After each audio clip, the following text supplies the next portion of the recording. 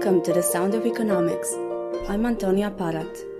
I'm pleased to bring you this podcast from Bruegel, the Brussels-based think tank specialized in economics and economic policy.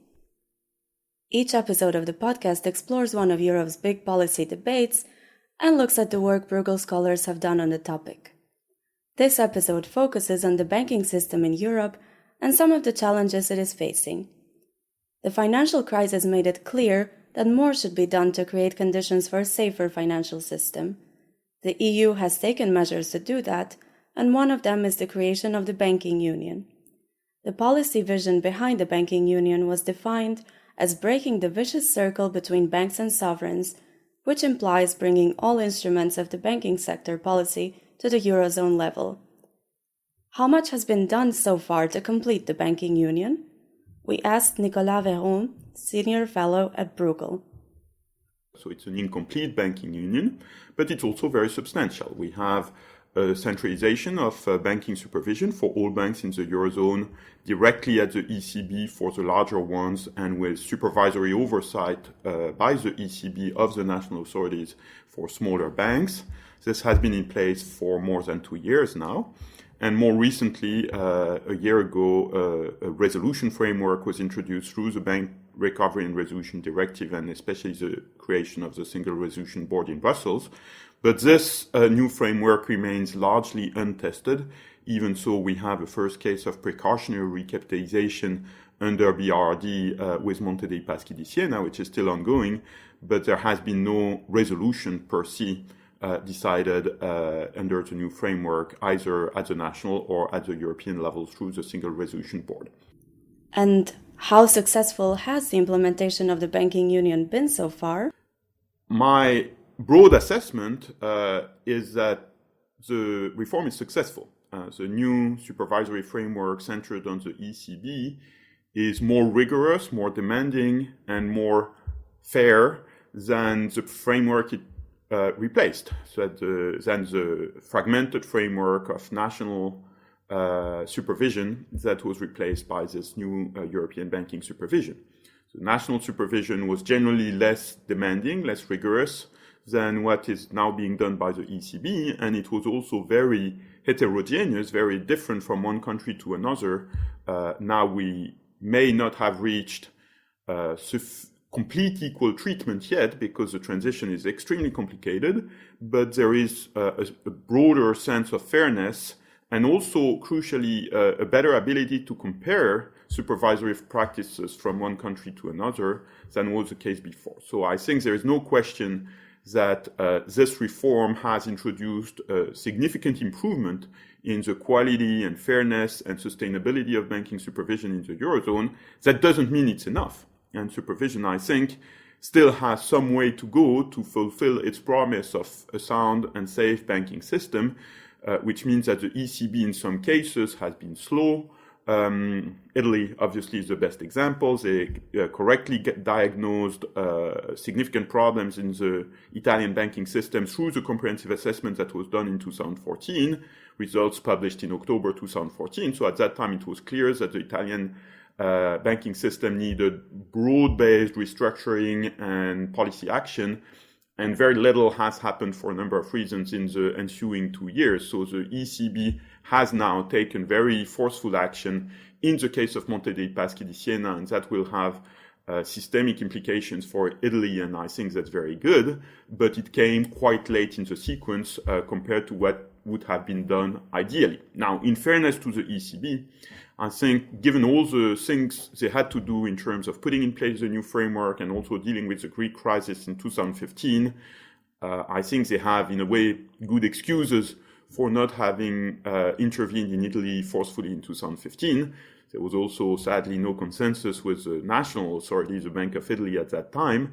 And in 2016, there was a referendum campaign initiated by Prime Minister Renzi, which made it essentially impossible in practice for the ECB to be proactive, because it would have been seen, perhaps unfairly, but inevitably, as political interference. And therefore, it was a bit of an unfortunate sequence that introduced this 2-year delay, but I think the good news is that better late than never, the ECB is now taking action, which to me appears broadly appropriate to deal with the legacy of banking fragility in Italy.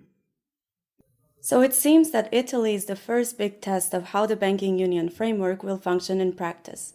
We asked Silvia Merler, affiliate fellow at Bruegel, to share her assessment of the situation in Italy and to explain which steps have been taken to address the issues. Well, there has been a number of initiatives that have been taken by the government so far. The problem with that is that all this kind of thing takes time to show results, first of all. So one thing that has been done is the public guarantee on non-performing loan disposal, which was approved last year, but still doesn't really seem to be producing much of a result. But I guess it's one of the things that takes time. At the same time, the government implemented a reform that sort of pushed towards concentration in the banking sector, which is a good thing for the Italian banking sector, because Italy is one of the countries where banks have a lot of branches, and this increases significantly their operating costs, which means their profit margins also are low, and this is a further structural factor of weakness. So there has been a number of initiatives that are positive and go in the right direction. But I think the fact that now we have this political issue will possibly delay further action on the banking sector. Will these issues in the Italian banking sector negatively reflect on the progress towards completing the banking union? I don't think so, because for two reasons, in fact. One is that Italy is a case where banking problems have been known for a while, and at least in my opinion, they could have been dealt with earlier, but they have not. So the problem sort of dragged on and was dealt with when it was really impossible to avoid it, and therefore the conditions were different from those under which other countries dealt with their banking issues before. And at the same time, I think the case that we have seen last year and this year proves that the ECB is really willing to be tough when it comes to exercising the new role as a supervisor. So I don't think that will reflect that on the implementation of banking union, particularly when it comes to supervision. One of the key aspects of the banking union is the creation of the European Deposit Insurance Scheme, which has proven to be the most challenging part of completing the banking union. We asked Bruegel's senior fellow Dirk Schoenmaker why this is such an important piece of the puzzle. We are now doing supervision from an integrated view. That also means then that we have to do crisis management from an integrated view. And that means European deposit insurance. And people are, of course, quite reluctant to that because that feels like a bit of burden sharing. But I think once we clean up the non-performing loans and we have properly capitalized banks across the euro area, then we should also do the European deposit insurance, because otherwise you cannot have integrated banks and integrated supervision. Well, if it goes wrong, you leave it to the countries to pay up. So once we get the legacy behind us, then it is high time that we do European deposit insurance. And let's not forget, if we look at the last 10 years, not only banks in Italy or Portugal can fail, also in the Netherlands and Germany banks can fail. So in that sense, European deposit insurance is really equivalent of supervision by the European Central Bank. At the moment, there is no political will to do it, especially not from the north, like Finland, Germany, and the Netherlands, Austria. So I think if we clean up the non-performing loans and we make sure the banks are well capitalized across the euro area, then we have to start to discuss it again, because we need to prepare for the future. So what will the future bring? One of the key questions is how Brexit will affect future developments in the banking sector, considering the fact that London is a major financial center. We asked Dirk to offer his assessment. So, with Brexit, it means that if we do business with clients in the EU27, investment banking activities, wholesale market activities, that's no longer possible from London. We need to do it from somewhere else in the EU27 because a financial firm needs a passport. We call it a MiFID passport, Markets in Financial Instruments Directive. And it means that there are certain rules for if you are giving advice or selling products to corporates or households, you have to follow these rules. So this business will move from London to the EU27. And we estimate that it's about 1/3 of the current wholesale market in London. So that means that a sizable part of these large US investment banks, the Swiss investment banks, so 1/3 of the London business moves to the continent. Also the euro area banks like BNP Paribas and Deutsche Bank will offer these wholesale products to clients. And then again, we really need to supervise them in an integrated way. So it should not make a difference whether you are in Milan, Frankfurt, or Brussels, or Paris. So we should supervise them in an integrated way. And again, that means that the ECB is doing the job in an overall view. And then also the crisis management for these banks, if it goes wrong, like lender of last resort, should also then be done at the euro area level. And in that way, Brexit is an opportunity to build our wholesale markets in Europe, but it also means that the European Central Bank and the European Securities and Markets Authority, the security supervisor, should operate from a European level, looking at these new wholesale markets.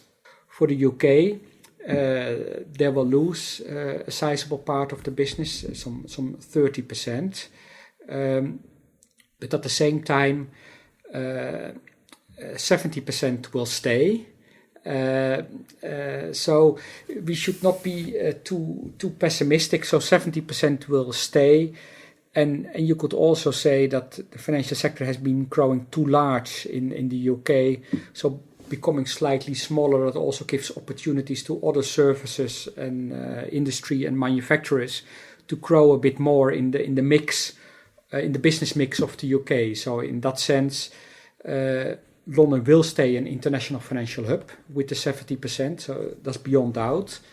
And they have a bit of business migrating away, but it gives an opportunity to build their services and manufacturing sector.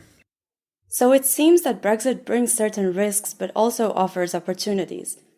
Despite that, Nicolas explains why he considers Brexit a lose-lose proposition. I'm not too concerned about the impact of Brexit for financial stability because I believe the financial system is very adaptable and it will have, in that case, sufficient time to adapt and anticipate in order to avert disruptive outcomes. That doesn't mean it is a happy story, of course. And I, for one, certainly view Brexit, as many people do on the continent, maybe if you are in the UK, I don't know, as a lose-lose proposition. It's a development in which the UK will lose a lot, but the EU27 will lose as well. The EU will lose politically because it loses a big member, and that's evidently a loss of substance, and also economically because it is a negative-sum game economically when you introduce barriers within a bloc that was fairly integrated through a consistent framework of laws, a single market. Now with the separation between the UK and the EU27. So it goes against free trade, it goes against cross-border economic integration, and we will all get poorer from it, or almost all. There will be a few winners, of course, and in particular there is some financial activities that will migrate from London to the rest of to the EU27, and that will be good for some places or some firms. But generally speaking, this is a collective loss for EU28, for the UK, and I believe for EU27 as well. So nothing to rejoice about, even if you agree with me that disruptive financial instability can and will very probably be avoided. So Brexit will be one of the challenges ahead for the European banking system, but there are also other challenges to address in the longer run. Dirk identifies overbanking as one of those challenges. The medium-term challenge is that we have too much banking capacity. We call that overbanking. So there will be either merger and acquisitions, or there will be other exits from the market. And to do that in an orderly manner, we need proper mechanisms, including deposit insurance for a failing bank to pay off the depositors, so that we have good capacity at the supervisory and at the crisis management level to guide this transition to a smaller banking system. And we see it already happening because if you read the newspapers, in every country people at banks are fired. And that's just due to overbanking and also technology. The internet and IT is taking over the administrative jobs. And that's here to stay, that banks are downsizing, and the ones who don't do that, they will lose out competitively. So the downsizing in employment of the banking system is happening across Europe, across the world. And we need an orderly mechanism to guide that process. And that brings us to the end of this podcast. Thanks for listening to The Sound of Economics. If you are interested in more Bruegel work on European banking, there is a range of blogs and papers by our scholars available on our website at www.bruegel.org. I hope you'll join us again for The Sound of Economics. See you next time.